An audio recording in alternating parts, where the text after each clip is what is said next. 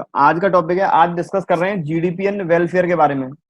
GDP पहले ही discuss कर चुके हैं। जीडीपी मींस एक इकोनॉमी की डोमेस्टिक बाउंड्री के अंदर जितने भी गुड्स एंड सर्विसेज प्रोड्यूस हुए हैं उनकी मार्केट वैल्यू, उनकी कलेक्टिव मार्केट वैल्यू कहलाती है जीडीपी। आज बात कर रहे हैं जीडीपी का वेलफेयर के साथ क्या रिलेशन है। वेलफेयर मतलब सोसाइटी में जितने भी लोग रह रहे हैं उनके पॉजिटिव एंड नेगेटिव इम्पैक्ट्स, या फिर उनका अच्छा, या फिर उनका जो ड्यू टू सम एक्शंस उन पर जो भी नेगेटिव इम्पैक्ट पड़ रहा है। तो जीडीपी के क्या पॉजिटिव और नेगेटिव इम्पैक्ट आ रहे हैं सोसाइटी के लोगों पर, आज ये डिस्कस करने वाले हैं।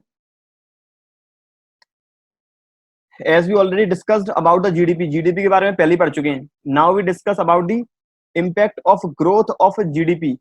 आज हम बात करने वाले हैं यदि जीडीपी की ग्रोथ हो रही है, इंडिया की जीडीपी इंक्रीज हो रही है। इंडिया की जीडीपी इंक्रीज होने से मतलब है इंडिया के अंदर जो गुड्स एंड सर्विसेज हैं उनका प्रोडक्शन बढ़ रहा है। तो गुड्स एंड सर्विसेज के प्रोडक्शन के बढ़ने से क्या इम्पैक्ट पड़ेगा लोगों के ऊपर, इससे आज हमारी सोसाइटी पर क्या इम्पैक्ट होगा। पहली बात, यदि गुड्स एंड सर्विसेज बढ़ते हैं तो इसका मतलब जितने भी लोग हैं उनके लिए प्रोडक्शन हो रहा है। तो मैं ये कह सकता हूं कि पर कैपिटा, पर पर्सन गुड्स एंड सर्विसेज की अवेलेबिलिटी ज्यादा होगी। If GDP rises it means availability of goods and services पर पर्सन विल राइज। अगर इंडिया के अंदर गुड्स एंड सर्विसेज का प्रोडक्शन बढ़ेगा, अब प्रोडक्शन बढ़ क्यों रहा है? क्योंकि लोग ज्यादा है कंट्री के अंदर, डिमांड करेंगे ज्यादा, लोगों की इनकम ज्यादा है तो अल्टीमेट वो खर्चा भी करेंगे ज्यादा। तो इसका मतलब लोगों के खाते में, लोगों के हिस्से में गुड्स एंड सर्विसेज ज्यादा आएंगी। As we know the correct measure to know about the growth rate of an economy is real GDP. ये हम कल ही डिस्कस कर चुके हैं कि एक कंट्री यदि हमें ग्रोथ रेट मेजर करनी है तो उसका करेक्ट मेजर है रियल जीडीपी। क्योंकि रियल जीडीपी के अंदर ही केवल आउटपुट यदि बढ़ेगा तभी ग्रोथ रेट आएगी, तभी ग्रोथ होगी, अदरवाइज ग्रोथ नहीं होगी। केवल जब आउटपुट इंक्रीज होगा तब ही रियल जीडीपी बढ़ सकती है, अदरवाइज रियल जीडीपी प्राइस की वजह से नहीं बढ़ेगी, प्राइस हमेशा रहती है कांस्टेंट। इसलिए रियल जीडीपी ही एक परफेक्ट मेजर है एक इकोनॉमी की ग्रोथ रेट पहचानने के लिए, फिर जानने के लिए। और यदि रियल जीडीपी ज्यादा होगी, because higher real GDP leads to higher availability of goods and services. जितनी ज्यादा रियल जीडीपी होगी उतने ज्यादा गुड्स एंड सर्विसेज अवेलेबल होंगे पर पर्सन के लिए। Keeping other factor remain constant, other factor मतलब प्राइस कांस्टेंट है बाकी गुड्स एंड सर्विसेज की, केवल आउटपुट चेंज हो रहा है। लेकिन यहां पर जो रियल जीडीपी राइज हो रही है इसके पॉजिटिव इंपैक्ट भी हैं और नेगेटिव इंपैक्ट भी हैं। पहला बात करें, हम केवल बात कर रहे हैं नेगेटिव इंपैक्ट की। पॉजिटिव इंपैक्ट तो हमने पढ़ लिया पहले ही कि पॉजिटिव इंपैक्ट मतलब यदि प्रोडक्शन ज्यादा होगा तो अल्टीमेट लोगों के लिए गुड्स एंड सर्विसेज ज्यादा अवेलेबल होंगे, ज्यादा खर्चा कर सकते हैं, ज्यादा गुड्स एंड सर्विसेज कंज्यूम कर सकते हैं। लेकिन हम बात कर रहे हैं केवल आज लिमिटेशन। पहली लिमिटेशन है अनइक्वल डिस्ट्रीब्यूशन ऑफ इनकम। पहली लिमिटेशन है अनइक्वल डिस्ट्रीब्यूशन ऑफ इनकम। हमें पता है कि इनकम का इक्वल डिस्ट्रीब्यूशन कभी नहीं होता। इक्वल डिस्ट्रीब्यूशन से मतलब है, सपोज इंडिया के अंदर लोग इंडिया के अंदर जनसंख्या 1000 लोगों की है, सपोज एग्जांपल, और इनकम टोटल कंट्री की 1 लाख है। टोटल कंट्री की 1 लाख रुपए इनकम है और टोटल जनसंख्या 1000 है। तो इसका मतलब हर व्यक्ति की एक एवरेज इनकम आ रही है 100 रुपए।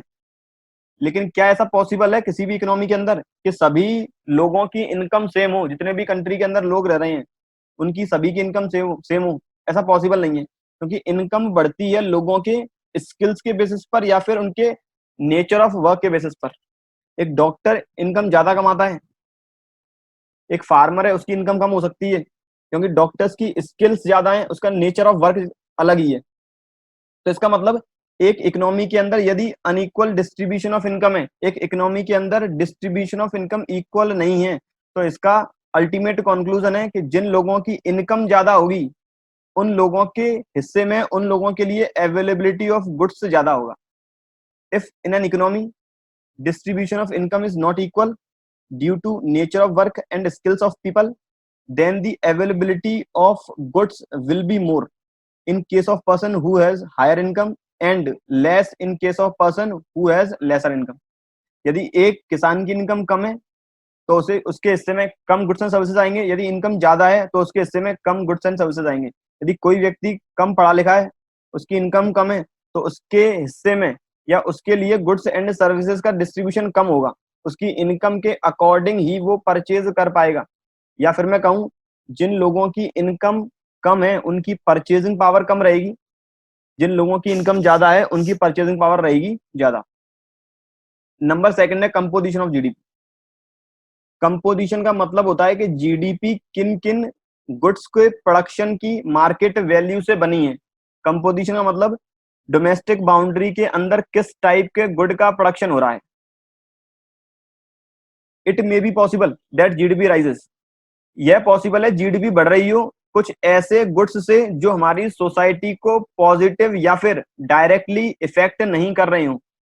यह पॉसिबल है कि जीडीपी बढ़ रही हो और वो भी उन कारणों की वजह से जिनसे मेरा सोशल वेलफेयर, सोसाइटी पर कोई भी पॉजिटिव इंपैक्ट नहीं आ रहा हो डायरेक्ट वे में। इंडिया के अंदर गुड्स एंड सर्विसेज का प्रोडक्शन बढ़ रहा है, लेकिन क्यों? क्योंकि हम डिफेंस से रिलेटेड गुड्स ज्यादा बना रहे हैं, क्योंकि हम डिफेंस से रिलेटेड गुड्स ज्यादा बना रहे हैं। डिफेंस से रिलेटेड गुड्स से सोसाइटी का वेलफेयर तो होगा, लेकिन हम चाहते हैं डायरेक्ट वे में। डायरेक्ट वे में मतलब कुछ ऐसे गुड्स एंड सर्विसेज प्रोड्यूस किए जाएं जो उन्हें डायरेक्टली अवेल करा सकें। नंबर सेकंड है composition of GDP. Number third, externalities. Externalities का मतलब होता है कुछ ऐसे एक्शंस, कुछ ऐसे एक्शंस जो कोई एक पार्टी लेती है या फिर दो पार्टीज के बीच के ट्रांजैक्शंस होते हैं जिनकी वजह से इंपैक्ट पड़ता है किसी अनरिलेटेड थर्ड पार्टी पर, जिनकी वजह से इंपैक्ट पड़ता है अनरिलेटेड थर्ड पार्टी पर। फॉर एग्जांपल, आज एक फैक्ट्री है, केमिकल फैक्ट्री है, केमिकल प्रोड्यूस कर रही है। अब गवर्नमेंट उस केमिकल फैक्ट्री से रेवेन्यू मतलब पैसा लेती है इन दी फॉर्म ऑफ टैक्सेस, और वो केमिकल फैक्ट्री अपना जो भी गुड्स बनाती है वो बेचती है मार्केट में दूसरी कंपनीज को। अब वो केमिकल फैक्ट्री केमिकल बना रही है, तो उस केमिकल फैक्ट्री से जो भी धुआं वगैरह निकलता होगा, एयर पॉल्यूशन हो रहा है, तो कहीं ना कहीं उस एयर पॉल्यूशन होने की वजह से लोगों पर इंपैक्ट पड़ रहा है, लोगों की लाइफ पर इंपैक्ट पड़ रहा है, सोसाइटी पर इंपैक्ट पड़ रहा है। अब क्या ये इंपैक्ट पॉजिटिव है या नेगेटिव? ये इंपैक्ट है नेगेटिव, क्योंकि लोगों के विदाउट एनी एक्शन, लोगों के किसी भी एक्शन को नहीं करने की वजह से लोग कुछ भी नहीं कर रहे हैं, लेकिन तब भी लोगों पर नेगेटिव इंपैक्ट पड़ रहा है। और नेगेटिव इंपैक्ट क्यों पड़ रहा है? क्योंकि दो पार्टी या फिर एक पार्टी की वजह से, जिसे बोलते हैं externalities. Externality means impact on unrelated third party. मैंने थर्ड पार्टी इसलिए लिखा है, पहली पार्टी हो गई वो केमिकल फैक्ट्री, सेकंड पार्टी हो गई गवर्नमेंट या फिर जो भी कंपनीज जो उस पर्टिकुलर कंपनी का प्रोडक्ट परचेज करते हैं। तो फर्स्ट पार्टी का भी वो है इंटरेस्ट कि फर्स्ट पार्टी क्या करेगी, केमिकल फैक्ट्री केमिकल प्रोड्यूस करेगी, मार्केट में बेचेगी ताकि पैसा आएगा। जो अदर कंपनीज है, गवर्नमेंट है, वो इस कंपनी से, गवर्नमेंट इस कंपनी से टैक्सेस लेगी, अदर कंपनीज इस कंपनी से माल खरीदेंगे ताकि फिर वो मार्केट में बेच सकें किसी दूसरी कंपनीज को या कहीं और यूज कर सकें। तो यहाँ पर लोग कोई भी काम नहीं कर रहे हैं, लेकिन तब भी लोगों पर नेगेटिव इंपैक्ट पड़ रहा है due to pollution. It means impact on unrelated third party. तो सोसाइटी है वो थर्ड पार्टी है, without the intervention of it society पर इंपैक्ट पड़ रहा है, लेकिन उनका हस्तक्षेप, इंटरवेंशन कुछ भी नहीं है। एक्सटर्नलिटीज पॉजिटिव भी हो सकता है और नेगेटिव भी हो सकता है। अभी अपन ने एग्जांपल डिस्कस किया था, वो नेगेटिव एक्सटर्नलिटी था, वो था नेगेटिव एक्सटर्नलिटी। अब बात करें पॉजिटिव का एग्जांपल, म्युनिसिपैलिटी ने एक पार्क डेवलप किया है सोसाइटी के लिए, तो पार्क में जितने भी लोग हैं वो डेली आते हैं, योगा वगैरह करते हैं, टहलते हैं और फिर चले जाते हैं। तो इसका मतलब उससे एक पॉजिटिव इंपैक्ट पड़ रहा है सोसाइटी के ऊपर। तो ये पॉजिटिव एक्सटर्नलिटी है कि म्युनिसिपैलिटी, गवर्नमेंट ने पैसा खर्च किया है ताकि सोसाइटी का वेलफेयर हो सके। Number fourth, non monetary exchanges. Non monetary exchange पे जाने से पहले जीडीपी की बात वापस करेंगे। जीडीपी के अंदर केवल वही ट्रांजैक्शंस आएंगे, उन्हीं गुड्स एंड सर्विसेज की मार्केट वैल्यू कंसीडर की जाएगी जो कैश में रियलाइज होते हैं। Only those items will be considered which are performed in the cash, or those transaction will be considered which have monetary measurement or convert into cash। केवल वही transaction consider किए जाएंगे जिनके अगेंस्ट कैश पर impact पड़ता है। इसका मतलब यदि कुछ एरियाज में बार्टर सिस्टम है, कुछ एरियाज में, कुछ गांव में बार्टर सिस्टम है, मुद्रा विनिमय प्रणाली, तो इसका मतलब वह जीडीपी के कॉम्पोजिशन के अंदर नहीं आएगा। Non monetary exchange, GDP consider only those transaction which has monetary measurement, और we can say that those transaction which perform in cash only be consider in the calculation of GDP. अब कोई services की बात करें, मैंने अपनी services खुद को दे ली हैं, मतलब मेरे घर में गार्डन है, मैंने किसी माली को नहीं बुलाया, मैंने खुद ही गार्डन में सफाई वगैरह कर दी, तो जो सेल्फ सर्विसेज के अंदर आएगा। तो सेल्फ सर्विसेज की कोई भी मार्केट वैल्यू डिसाइड नहीं है, तो इसीलिए वो जीडीपी के कंपोजिशन में नहीं आएगा। GDP consider only those transaction which has monetary measurement, or we can say that transaction which perform in cash only be considered in the calculation of GDP. But there are many transaction in the rural areas or rural economies which perform on the barter system.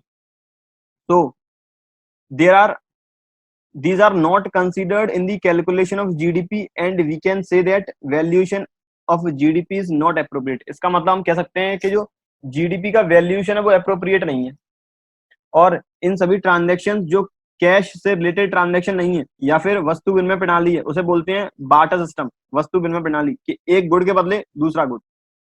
ये अपने चारों limitation थी GDP and welfare की। ये मेरी 4 limitation है GDP and welfare की। Number 1 unequal distribution of income, number 2 composition of GDP, number 3 externalities, and number 4 non monetary exchanges. ये था अपना चैप्टर नंबर 3।